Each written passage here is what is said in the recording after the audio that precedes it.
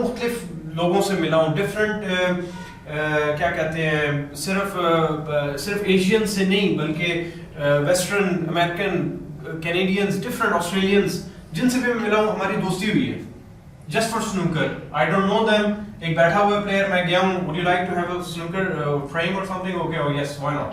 तो हाथ साथ मिलाया हमने और बेहतरीन तरीके से हमने गेम शुरू कर दी.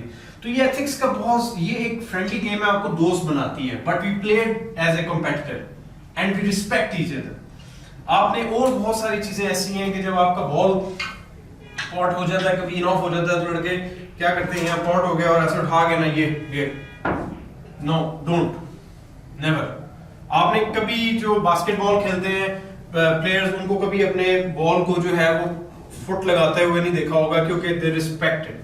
कभी बॉल ऐसे नहीं फेंकना, कभी आपने अपने क्यू से आपका शॉट मिस हो गया, आपने कभी ऐसे करके नहीं उसको करना, एक तो क्यू भी खराब होगा, दूसरा ये हाईली अनएथिकल चीज है. शॉट मिस हो जाए, बहुत से लोग होते हैं वो टस करके क्यू मारते हैं, एक दफा ऐसे नीचे मार लेते हैं ठक ठक.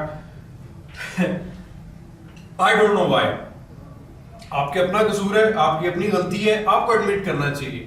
अगर जो आपको बहुत ज्यादा गुस्सा है तो मैं रिकमेंड करता हूं कि आप जाके दीवार पे टक्कर मारें, अपनी टक्कर मारें, क्यू को, टेबल को, बॉलों को, कपड़े को, उसको नुकसान मत पहुंचाएं, क्योंकि वो बेजान है, उनका कसूर नहीं है. तो आपका अपना कसूर है, go and hit your ball, आप कर ले जाके, वो एक गलत बात है. बट ऑब्वियसली वो आप नहीं करेंगे, क्योंकि आपको पता है कि आपको तकलीफ होगी, वो एक बेवकूफों वाला काम होगा, पागलों वाली हरकत होगी. तो ये भी उसी का हिस्सा है कि अगर आप इस तरीके से बिहेव करते हैं आप टेबल के ऊपर, क्लब के अंदर, टूर्नामेंट के अंदर, तो ये भी एक आपका क्रेजीपन और पागलपन नजर आता है कि यार ये क्या कर रहे हैं. ठीक है, तो ये सारी चीजें, छोटी छोटी चीजें जो है आप लोगों को रखनी पड़ेंगी. कोशिश करेंगे टेबल को चौक के ऊपर, चौक को टेबल के ऊपर मत रख के जाएं.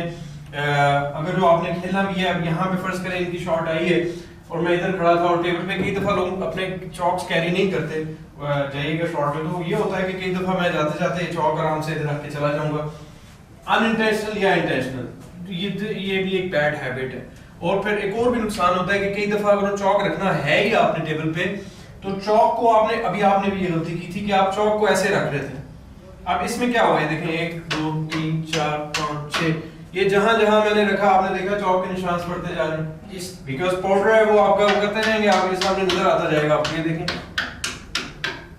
जितनी दफा आप चौक ऐसे रखेंगे वो सारा पाउडर क्या होगा, इसका सारा पाउडर टेबल पे जाएगा और एंड में आपका क्या नुकसान होगा कि आप उसको किक करना शुरू कर देंगे और आपका ही नुकसान होगा. फिर बाद में आप कहेंगे ओ यार मैंने तो स्लो सा फॉलो किया था, ये किक कैसे हो गया. तो आज का ये टॉपिक बड़ा इंपॉर्टेंट था इस हवाले से. उसके अलावा आपको एटिकेट्स और एथिक के हवाले से ये करना है कि हमेशा जब भी आपका मैच शुरू होने लगे अपने प्लेयर के साथ हाथ मिलाएं, उसको ग्रीट करें, गुड लक कहें, अच्छा एक जेस्चर आता है. बेशक आप फ्रेंडली गेम ही खेलने वाले हैं, सेशन खेलें और आप एंजॉय करेंगे गेम को. और उसके अलावा हार जाएं तो उसमें गुस्सा करने की जरूरत नहीं है, उस प्लेयर को अप्रिशिएट करें, वो अच्छी ब्रेक बनाता है अप्रिशिएट करें, आपके अगेंस्ट बनाता है. ये देखें अगर जो 100 प्लेयर्स खेलेंगे ना एक टूर्नामेंट में, तो उसमें से जीतेगा एक ही, 99 हारेंगे. तो 99 में से कोई भी हो सकता है ना, आप भी हो सकते हैं, मैं भी हो सकता हूँ, आप भी हो सकते हैं, कोई भी हो सकता है. तो सबसे पहले हमें ये चीज देखनी है कि हमें गेम के एथिक्स को, एटिकेट्स को खराब नहीं होने देना. इस गेम को हमने खराब नहीं होने देता. हमारे यहाँ पे लड़के क्लब में आप जाएंगे तो आप फील करेंगे कई दफा बाहर 3-4 लड़के कोई सेंचुरी खेल रहे हैं, पॉइंट ये वो. Snooker is not made for that kind of behaviour. मैं ये आपको बताऊंगा इस किस्म के बिहेवियर के लिए स्नूकर नहीं बनी.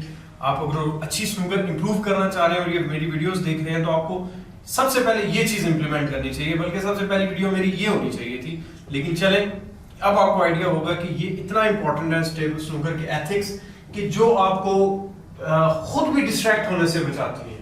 ठीक है ना, बजाय इसके कि अब आपको मैं चांस दूंगी आराम से आप शॉट खेलें और मैं चुप करके साइड पे खड़ा हूं और मैं यहाँ पे खड़ा हूं ऐसे डिस्ट्रैक्ट कर रहा हूं, तो मैं एक्चुअली खुद भी डिस्ट्रैक्ट हो रहा हूं. आप खेल रहे हैं शॉट, मैं आपको भी देख रहा हूं, उसको भी देख रहा हूं, अपने प्रेशर भी लिया हुआ है और जैसी शॉट मिस होगी मैं जल्दी से आगे अपनी खेलने की, वो उसी जल्दी में, उसी बेवकूफी में मैं अपना बॉल में मिस करूंगा, आपकी गेम भी खराब करूंगा, अपनी भी खराब करूंगा.